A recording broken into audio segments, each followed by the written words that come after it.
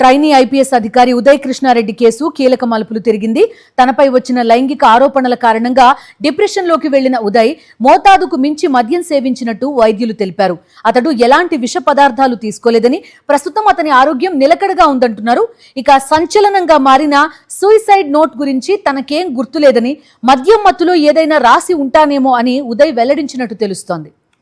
Constable గా ఉద్యోగ జీవితాన్ని ప్రారంభించి ఐపీఎస్ గా ఎంపికై ఎంతో మందికి స్ఫూర్తిగా నిలిచిన ట్రైనీ ఐపీఎస్ అధికారి ఉదయ్ కృష్ణారెడ్డి లైంగిక వేధింపుల కేసులో ఇరుక్కున్న సంగతి తెలిసిందే. దీంతో అతడు ఆత్మహత్యకు యత్నించాడనే ప్రచారం పెద్ద చర్చకు దారితీసింది. హాస్పిటల్లో చికిత్స పొందుతున్న ఉదయ్ ఆరోగ్య పరిస్థితి ప్రస్తుతం నిలకడగా ఉన్నట్లు వైద్యులు ప్రకటించారు. అతడు ఆత్మహత్యకు యత్నించలేదని, ఆహారం లేకుండా మద్యాన్ని మోతాదుకు మించి తీసుకోవడం వల్లనే అపస్మారక స్థితిలోకి వెళ్లినట్టుగా తెలిపారు. బ్లడ్ రిపోర్ట్స్ వచ్చాయండి. బ్లడ్ రిపోర్ట్స్లో మనకేమీ డ్రగ్ ఓవర్డోస్ కానీ పాయిజన్ సబ్స్టెన్స్ ఏం కనపడలేదు. ఆల్కహాల్ మోతాదు ఎక్కువ తీసుకోవడం వల్లనే ఈ విధంగా జరిగిందని మేము అనుకుంటున్నాము. అయితే ఆల్కహాల్ తీసుకునే ముందు ఒకటిన్నర రోజు దాకా ఆయన ఆహారం తీసుకున్నట్టు లేరు. స్టమక్ వాష్ చేసినప్పుడు కూడా మనకు అందులో ఫుడ్ పార్టికల్స్ కానీ టాబ్లెట్స్ ఫామ్ అట్లాంటివి ఏం కనపడలేదు. ప్రస్తుతం ఉదయ్ ఆరోగ్యంగానే ఉన్నారని, మాట్లాడుతున్నారని వైద్యులు చెబుతున్నారు. రేపు అతడు డిశ్చార్జ్ అయ్యే అవకాశం ఉంది.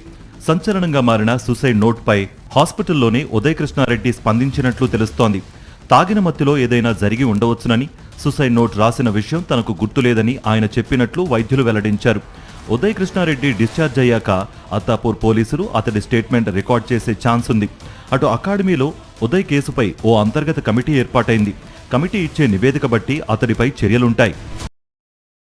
మరిన్ని అప్డేట్స్ కోసం ఛానల్ను సబ్స్క్రైబ్ చేయండి. నోటిఫికేషన్స్ కోసం బెల్ ఐకాన్ పై క్లిక్ చేయండి.